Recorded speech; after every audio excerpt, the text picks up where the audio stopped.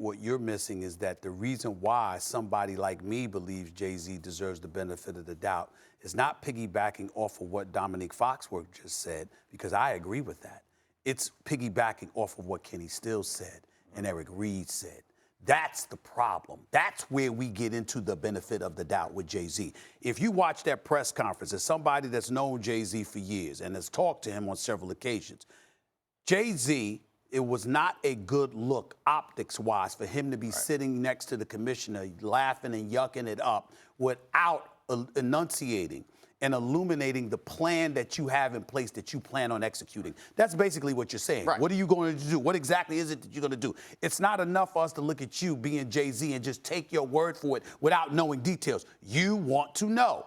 I think that's incredibly reasonable. I got no issue with that. But don't tell me that Jay-Z does not deserve the benefit of the doubt when we got guys like Eric Reed alluding to him being a sellout, or Kenny Stills literally with a straight face saying, I wonder how many common or regular people he speak to. You got to be kidding me. Excuse me, why don't you come to New York? Why don't you, a lot of people hang out at 4040. I have been one that was there religiously on many occasions for years ago, of course. Jay-Z always raps to a whole bunch of people. A lot of people from his crew are ordinary, quote, common people. What the hell does that mean? And see, this is the problem that we have in this community, and I know you can speak to this, Dominique.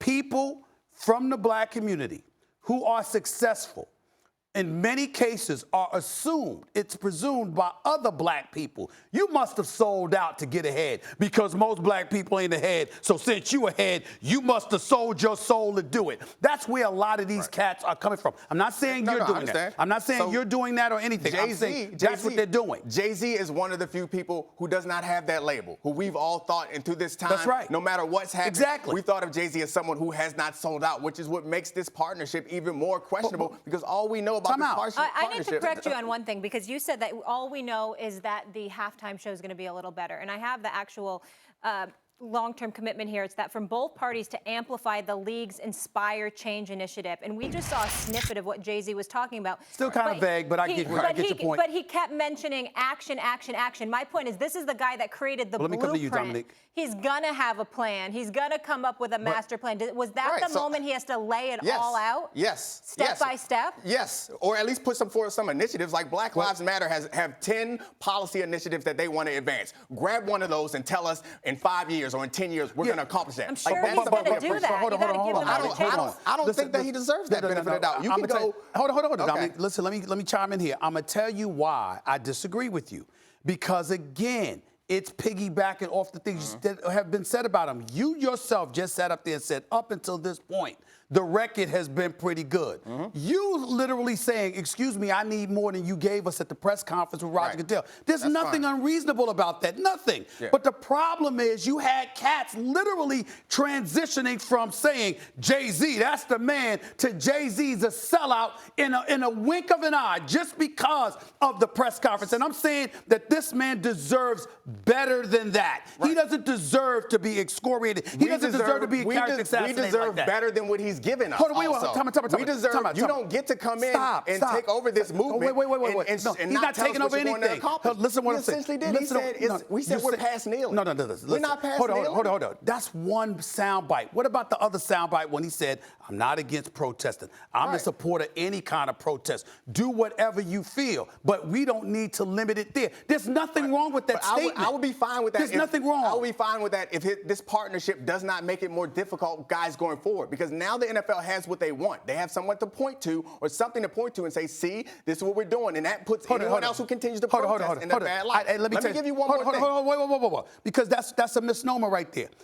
If Dominique Foxworth had a press conference, knowing you the way that I do, if Dominique Foxworth had a press conference with Roger Goodell, and Roger Goodell and Dominique were sitting there laughing it up, would I like that look? No. But I know one thing I would do.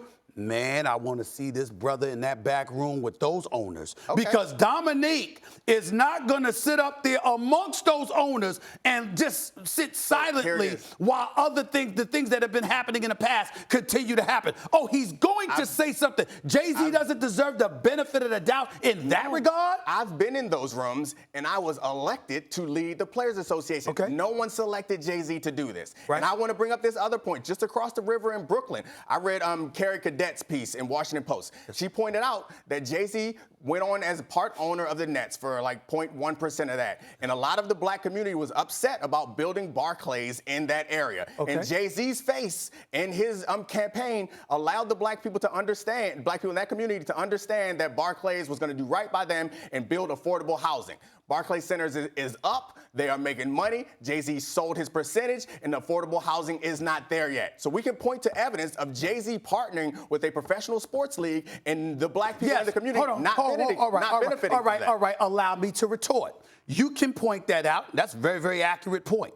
But the flip side to it is that he also talked about job creation. He also talked about people being employed. And if you looked at Atlantic Avenue and you looked at that spot that was at the Barclays Center and you looked at the absence of businesses that were in existence and how it was struggling, and then you see it now, it's buzzing significantly more. So what I'm trying to say to you is that while that is still a goal that should be pursued, let's not act like the Barclays Center's existence didn't benefit a lot of the people in Brooklyn, New York. It did benefit a lot of people. All right, I'm not saying that what he did was a complete loss, but I'm saying for the black community in that area, what he provided was cover. And I could see this happening again. I don't believe Jay-Z to be malicious. I don't believe him that he's trying to sell out. I believe that he fully plans on accomplishing some things, but you can't lay him out. We can't trust we don't lay him out. So we agree. I'm not on the side of Kenny Stills or anyone who's saying, that's all I'm saying. Anyone who's saying like Cap needs to have a job, but I do think that Jay-Z, if he's going to take he needs to be a bit more transparent. From he needs to be a bit more transparent. Frederick Douglass, he needs to be John a bit. Brown. He's going to continue this mantle. Jay-Z needs to be a bit more transparent